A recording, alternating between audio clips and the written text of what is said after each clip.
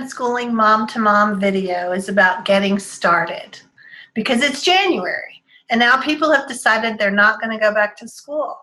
And you're at this point of, okay, we're going to do this. Now what? Right? Well, I'm Sue Patterson, and I'm a homeschooling and specifically an unschooling coach. I help families who've been unhappy with their educational approach figure out a way that's going to work for them. My now grown kids were all unschooled.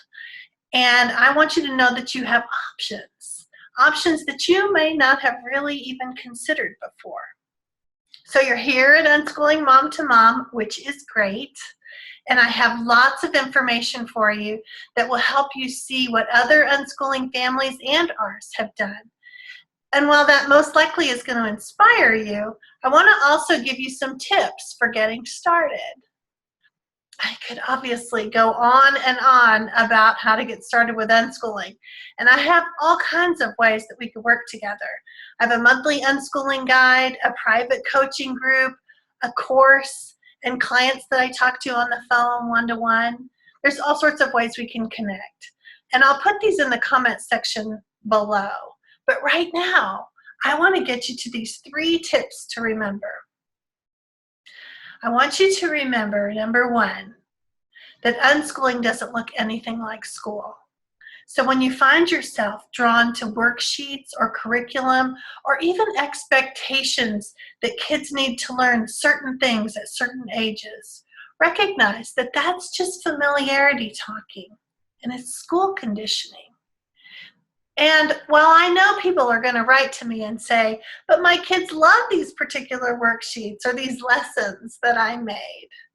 Okay, but notice that if you're secretly relieved or if you're feeling proud that your kid chose to do something academic, maybe your child senses that and wants to do what's more traditionally expected.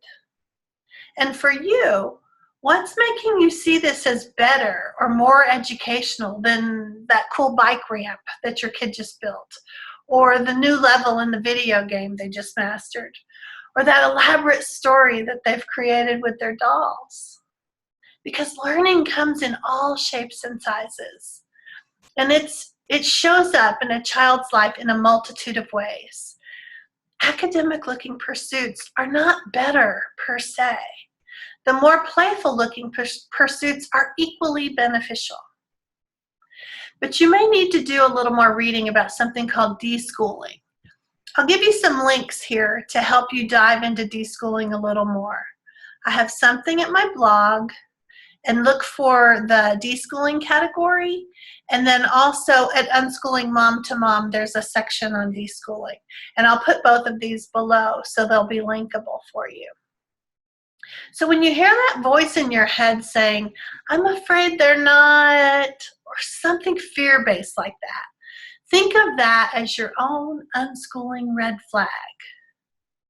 If you're fearful, it's time to do more reading or talk to somebody some more about unschooling, because knowledge is what's the remedy for fear in this situation, and fear has no place in our unschooling world.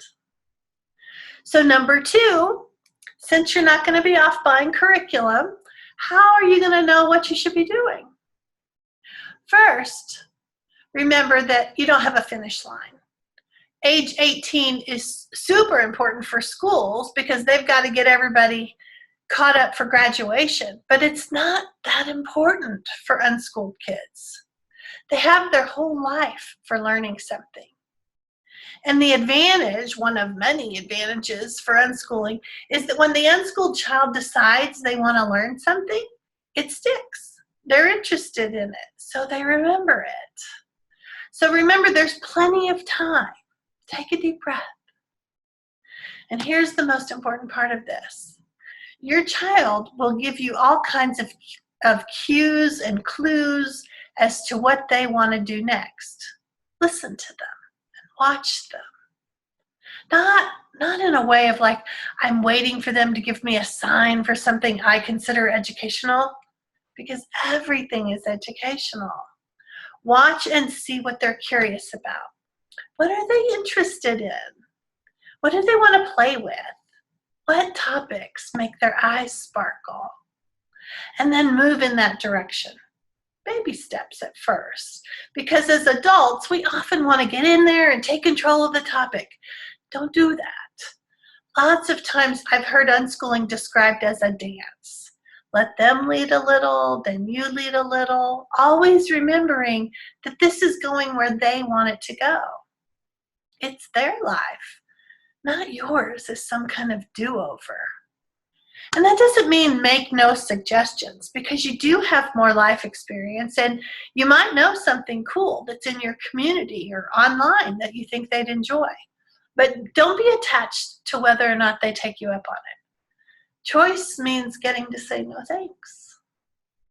And this ties into my last tip, the third one, although it may not sound like something you'd expect. Number 3 is one of those overarching actions that will make a huge difference. Just like doing the opposite of this will make things 10 times more difficult in the long run. It's something that I tell everyone who's just starting out with unschooling. And to be totally honest, it was one of the hardest things for me to learn to do. And it's this. When you speak to your child about their learning, about their behavior, or anything, is what you're going to say to them, is it going to help or hurt the relationship you have with that child? Because so often we parents feel this huge desire to get something off our chest, or make sure our kid knows that you know something, or make sure they hear your opinion on something. But here's why I want you to consider doing something differently. At the most basic level, it's about efficiency. If you're going to say something that makes your kid want to roll their eyes or wish they were in another room, you have just added another brick into the wall of their resistance to you. And if you sound judgy or critical or something like that, another brick. Or another speed bump on the road. And at first you may think, hey, speed bumps are good. They slow you down a little. But if you have too many speed bumps in a road, that person is going to look for an alternate route, a different road to take. And here's the deeper part of this. Humans just want to be heard. They want their interests to be valued. They don't want to be dismissed. And when you become the person who does listen to them, who does value what matters to them, who doesn't dismiss their interests as insignificant and not as important as something you're saying, then you develop a partnership. You become the person they trust. You become the one they listen to. And I'm not saying to do this to be self-serving, even though it will serve you. I'm suggesting it because you'll have a better relationship with your child. And that parent-child relationship is at the heart of unschooling. So those are my 3 tips for getting you started really quick. Big, thoughtful tips, though, for you to ponder and consider.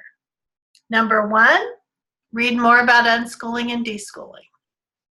Number 2, the kid standing right in front of you is going to give you the clues and the cues for what's next. Number 3, relationships matter most.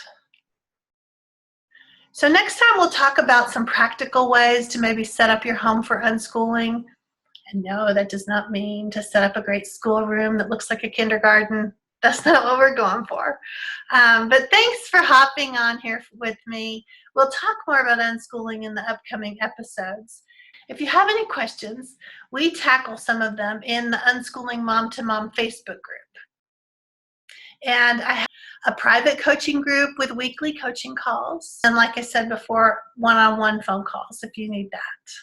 I'll put the links below. So let's stay connected. Hit the subscribe button. And if you want to get notifications whenever I upload new videos about unschooling, hit the little bell icon. Thank you, and I'll see you online.